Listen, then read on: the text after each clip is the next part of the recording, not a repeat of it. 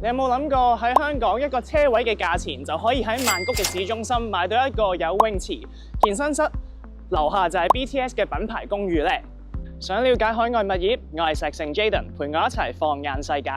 今日會想同大家介紹嘅係泰國本地發展商 Supplife。點解呢個發展商值得香港同埋亞洲嘅投資者去投資？可能你冇聽過佢個名，其實咧佢係本地泰國10大發展商之一。只不過咧佢就唔會喺海外做太多嘅宣傳，只係專注喺泰國，同時亦都係喺泰國嘅交易所上市，市值超過100億泰銖。需要每年提交財報，所以比其他本地小型嘅開發商咧，透明度係高上好多嘅。咁最重要嘅一點咧，就係 Supplife 呢個發展商，佢哋一直專注做嘅都係泰國本地嘅資本市場。佢哋起嘅樓係俾泰國本地嘅人買，同埋係泰國本地嘅人非常中意租住嘅。佢哋 focus 嘅並唔係海外投資者嘅市場，所以咧佢哋起嘅樓先會有本地實際呢一個交易同埋租賃嘅需求嘅。咁呢個咧就會有好大嘅區別啦。因為如果當你買咗一個 Supplife嘅樓盤啦，咁你其實喺二手市場啊，或者係租務市場咧，你都係會揾翻本地嘅買家或者租客去接貨，並唔係海外嘅投資者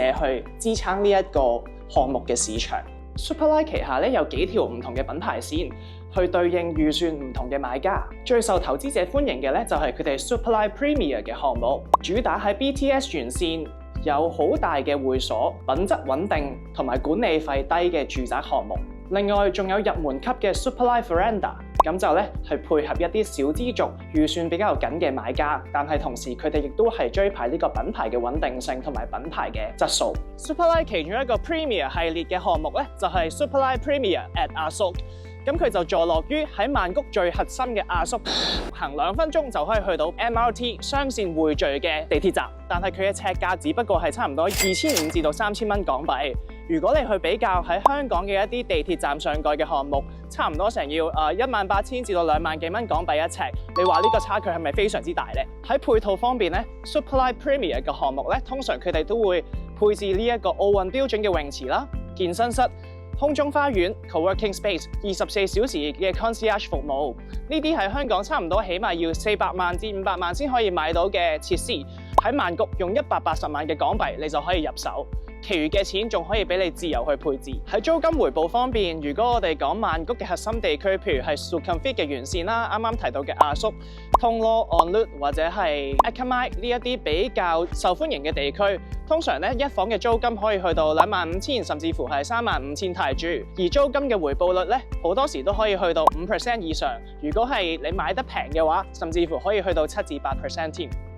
咁啱啱講完 Supplife 呢個發展商咁多優點啦，咁當然投資佢一定會有佢嘅風險嘅。所以咧，如果大家想了解喺泰國投資有啲乜嘢風險咧，就一定要做足功課同埋了解你有興趣嘅項目嘅所有資料，先做出最後嘅決定。咁第一個限制咧，就係海外嘅買家咧並唔可以喺泰國本地持有任何泰國嘅土地，所以我哋介紹俾海外嘅投資者或者係買家，其實都係以公寓為主，即係一啲高樓大廈或者係一啲低密度嘅住宅，就唔係一啲 house 嘅項目。同時啦，如果你買公寓都好，整棟大廈嘅呢一個業權咧，只有49% 係可以賣俾海外嘅買家嘅啫。所以如果你要去買泰國嘅物業咧，就要非常之了解當地嘅配額啦。咁第二個風險咧就係匯率嘅風險啦。咁你收翻嚟嘅租或者係轉售翻嚟賺嘅錢，當然都係以泰銖交易為準。咁如果泰銖對港幣跌咧，咁你嘅收入咧就會較為跌咗㗎啦。但係咧過去幾年泰銖對港幣呢一句嘅匯率咧都相對穩定嘅，所以其實大家都唔需要太擔心匯率嘅風險。但係有一個非常之值得需要留意嘅地方就係，你買泰國當地嘅物業咧，一定要用外匯去購買。如果唔係咧，你就有機會攞唔到呢一個嘅樓契。呢個係一個非常之需要留意嘅地方。咁第三個值得留意嘅地方就係 Supplife 呢個發展商咧，佢哋主要係賣現樓並唔係賣樓花嘅。所以如果你係一啲比較投機嘅投資者，想要買樓花，跟住博佢喺樓花期就已經有紙面上嘅回報咧，咁呢個機會就會比較細嘅。總結一句 ，Supplife 呢個發展商咧會比較適合追求穩定、品牌質素同埋呢一個本地租賃需求嘅投資者。可能佢哋唔係一個你聽過或者最出名嘅發展商，但係咧佢哋就用咗30幾年嘅時間去建立自己本地嘅品牌同埋信譽，透明度非常之高，亦都係非常受到呢個本地嘅市民去追捧嘅一個發展商。咁如果你都想了解 Supplies 嘅項目，或者係想知道點樣去入市，有啲咩手續費，喺泰國置業點樣計稅，歡迎留言或者 WhatsApp